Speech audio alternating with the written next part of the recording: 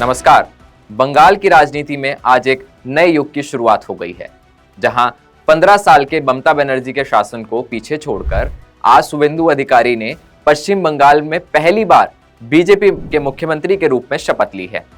ऐसे में अमित शाह और बीजेपी की रणनीतियां साफ दिखती है, जो ये बताती है कि कैसे एक साधारण चेहरा और असाधारण जिम्मेदारी उसको मिल सकती है।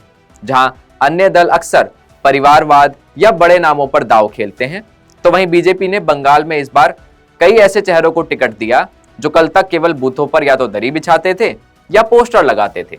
चाहे वो चाय बगान के कोई साधारण श्रमिक हो या जंगल महल के आदिवासी युवा, बीजेपी ने इस बार अज्ञात चेहरों को जायंट किलर में तब्दील कर दिया। पार्टी का संदेश साफ था कि अगर आप में नेतृत्व की क्षमता है और आप विचारधारा के प्रति समर्पित हैं, तो आपके लिए दिल्ली से लेकर कोलकाता तक सारे दरवाजे खुले हैं। यह अमित शाह का ही भरोसा था, जिसने एक आम पन्ना प्रमुख को विधानसभा की दहलीज तक पहुंचा दिया। प्रधानमंत्री नरेंद्र मोदी की मौजूदगी में आज न सिर्फ एक मुख्यमंत्री बल्कि उनके पंचरत्न यानी 5 खास मंत्रियों ने भी शपथ ली है। तो आइए आपको मिलवाते हैं उन चेहरों से जिनके कंधे पर अब सोनार बांग्ला बनाने की जिम्मेदारी है। तो सबसे पहले बात करते हैं शुवेंदु अधिकारी की, जो आज बंगाल के सबसे शक्तिशाली व्यक्ति बन गए हैं। इस चुनाव में उन्होंने वो कर दिखाया जो नामुमकिन लगता था।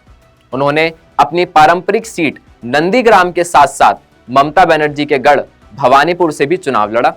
भवानीपुर में उन्होंने ममता बनर्जी को 15,000 से अधिक अंतर से हरा दिया है और उनको उनके ही घर में मात दी।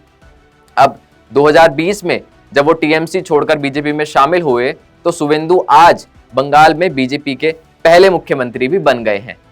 अब बात शपथ लेने वाले 5 प्रमुख मंत्रियों की भी कर लेते हैं, जिसमें बीजेपी की तरफ से अनुभव, युवा, महिला और आदिवासी सभी को अवसर देने का प्रयास किया गया है। दिलीप घोष एक ऐसा नाम जो आरएसएस की पृष्ठभूमि से आता है।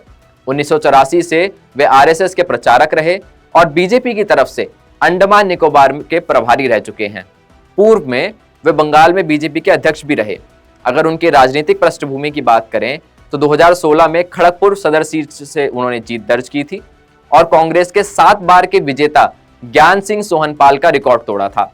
आज वे कैबिनेट के सबसे अनुभवी चेहरा हैं, जिन्होंने पार्टी को 0 से 207 सीटों तक पहुंचाने में जान झोंक दी है। अब बात करते हैं अग्निमित्र पॉल की। अग्निमित्र पॉल वही मशहूर फैशन डिजाइनर हैं जिन्होंने 2019 में राजनीति में कदम रखा था। उमा जैसे सेल्फ डिफेंस प्रोग्राम के जरिए महिलाओं को सशक्त किया।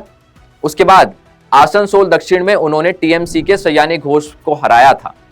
फिर 2024 की उनको हार का सामना करना पड़ा, लेकिन फिर 2026 में आसनसोल दक्षिण से फतेह हासिल कर उन्होंने यह साबित कर दिया कि वे एक जुझारू महिला नेता हैं और इनको भी आज मंत्रिमंडल में शामिल किया गया है। युवा के तौर पर निशित प्रमाणिक को शामिल किया गया है। अगर हम इनके बैकग्राउंड की बात करें तो महज 35 वर्ष की उम्र में वे भारत सरकार में सबसे युवा केंद्र राज्य मंत्री बने। उन्होंने गृह मंत्रालय और खेल मंत्रालय जैसे प्रमुख मंत्रालयों में अहम भूमिका निभाई। वहीं उनके राजनीतिक करियर की बात करें तो कूच बिहार के दीनहाटा से विधायक और लोकसभा सांसद रहे हैं। निशित ने उत्तर बंगाल में टीएमसी के प्रभाव को जड़ से मिटा दिया। अब बात करते हैं अशोक कीर्तनिया की। ये मटुआ समाज की आवाज हैं। अगर हम इनके बैकग्राउंड को देखें तो बडगांव उत्तर से 2021 में पहली बार विधायक बने थे और उन्होंने टीएमसी के श्याम घोष राय को 10,000 से अधिक वोटों से हराया था। मटुआ समुदाय के बीच भाजपा की साख मजबूत करने में इनका बड़ा हाथ रहा है। आज इनको भी मंत्री बनाया गया है। अब बात करते हैं जंगल महल का गौरव खुदीराम टुड्डू की। जंगल महल का ये बड़ा कद्दावर आदिवासी नेता है। साथ ही रानीबंद एसटी निर्वाचन क्षेत्र से 52,000 से अधिक वोटों के भारी अंतर से इन्होंने इस बार जीत दर्ज की है। ये चर्चा का कारण भी रहे, क्योंकि चुनाव के दौरान बखीशगंज में पद्मा नदी के किनारे बाजार में टुड्डू का एक वीडियो वायरल हुआ था। गले में बीजेपी का पटका, हाथ में तराजू और जुबान पे सादगी। वे कह रहे थे, दादा एकदम ताजी मछली है, आइए ले लीजिए। जब ये वीडियो काफी चर्चा में आया तो उन्होंने बड़े गर्व से कहा था कि ये मेरे लिए कोई नई बात नहीं है। मैं किसान का बेटा हूं, बचपन में पिता के साथ खेती की है। बाजार में अपने परिचित को देखकर बचपन याद आ गया और मैं खुद को रोक नहीं पाया। आज यही सादगी बंगाल की कैबिनेट का हिस्सा है। शपथ ग्रहण समारोह के साथ ही बंगाल में अब डबल इंजन की सरकार की शुरुआत हो गई है।